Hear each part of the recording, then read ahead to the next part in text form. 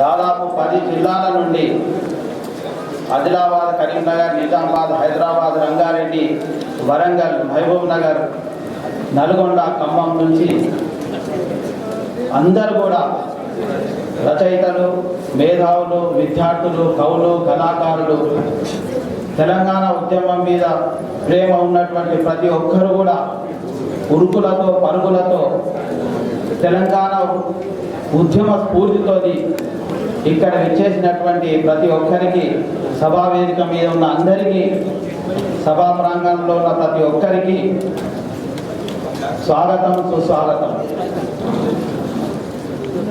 తెలంగాణ మలిదశ ఉద్యమం చాలా క్లిష్ట పరిస్థితిలో ఉన్న సమయం ఇది. నిజంగా ఈ 6వ రాష్ట్ర మహాసభలపై చాలా గురుతరమైన బాధ్యతలు ఉన్నాయి. తెలంగాణ ఉద్యమాన్ని తెలంగాణ రాష్ట్రం సాధించే వరకు సజీవంగా ఉంచే బాధ్యత మన మీద ఉంది. తెలంగాణ ఇంటి దొంగలను భరతం పట్టే బాధ్యత మన మీద ఉంది. తెలంగాణ రాజకీయ నాయకత్వం వైఫల్యం చెందుతున్నది, వాళ్ళను కూడా మనము ఒక దారిలోకి తెచ్చే బాధ్యత కూడా మన మీద ఉంది. అదేవిధంగా తెలంగాణ లోపల ఉన్నటువంటి కవులు, కళాకారులు, రచయితలు, విద్యార్థులు, మేధావులు ప్రతి ఒక్కరి మధ్యలో ఐక్యతను తెచ్చే బాధ్యత కూడా మన మీద ఉంది. తెలంగాణ ప్రజలు చైతన్యవంతమై వాళ్ళు తెలంగాణ రాష్ట్ర సాధనకు ఉద్యుక్తులై ఉన్న సమయం లోపల కొన్ని కుట్రలు జరుగుతున్నాయి కాబట్టి ఆ ఉద్యమాన్ని ముందుకు తీసుకెళ్లే బాధ్యత మన మీద ఉంది. మా రాష్ట్ర అధ్యక్షులు పదే పదే కళాల కవాతు జరుపుదామని అంటుంటారు. కవాల కవాతు జరుగుతున్నది. ఆ కళాలకు కత్తులు పూరించాల్సిన అవసరం ఉన్నది. ఇప్పుడు దాన్ని మనం పదును పెట్టాల్సిన అవసరం ఉన్నది. కేవలం రచనలే కాదు, పాటలే కాదు, ఆటలే కాదు, మనం ప్రత్యక్షంగా ఉద్యమంలో పాల్గొనే అవసరం కూడా ఉన్నదని నేను మనవి చేస్తున్నాను.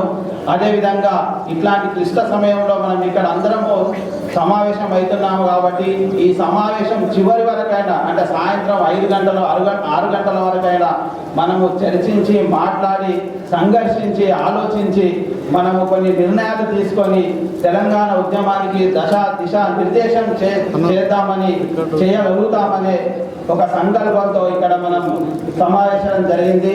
అదేవిధంగా ఆదిలాబాదు ఇది ఉద్యమాల కిల్లా.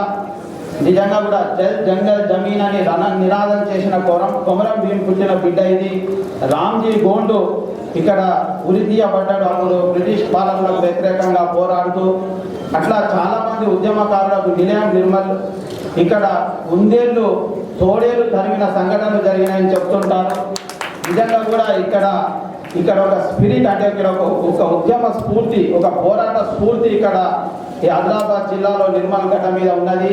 ఈ గడ్డ మీదకెళ్ళి మనం కొన్ని కఠోర నిర్ణయాలు తీసుకొని తెలంగాణ ఉద్యమానికి ఒక దిశానిర్దేశం చేస్తామని అనుకుంటున్నాము. ఈ దశలో మనం అందరం కూడా ఉద్యమ స్ఫూర్తితో ముందుకెళ్లాలని మనవి చేస్తూ, నాకు ఈ అవకాశాన్ని ఇచ్చినటువంటి తెరవేకు కృతజ్ఞతలు తెలుపుతూ మీకు అందరికీ స్వాగతం పలుతూ, ముఖ్యంగా కవులు, రచయితలు అందరే కాకుండా మీడియా ప్రతినిధులకు, ఎలక్ట్రానిక్ మీడియా, ప్రింట్ మీడియా వాళ్ళకు కూడా ఈ ఉద్యమ స్ఫూర్తిని మేము అనుకున్న మా నిర్ణయాలను కూడా ప్రజలందరికీ తెలియజేస్తారని వాళ్ళని కూడా కోరుతూ ముగిస్తున్నాను. జై తెలంగాణ.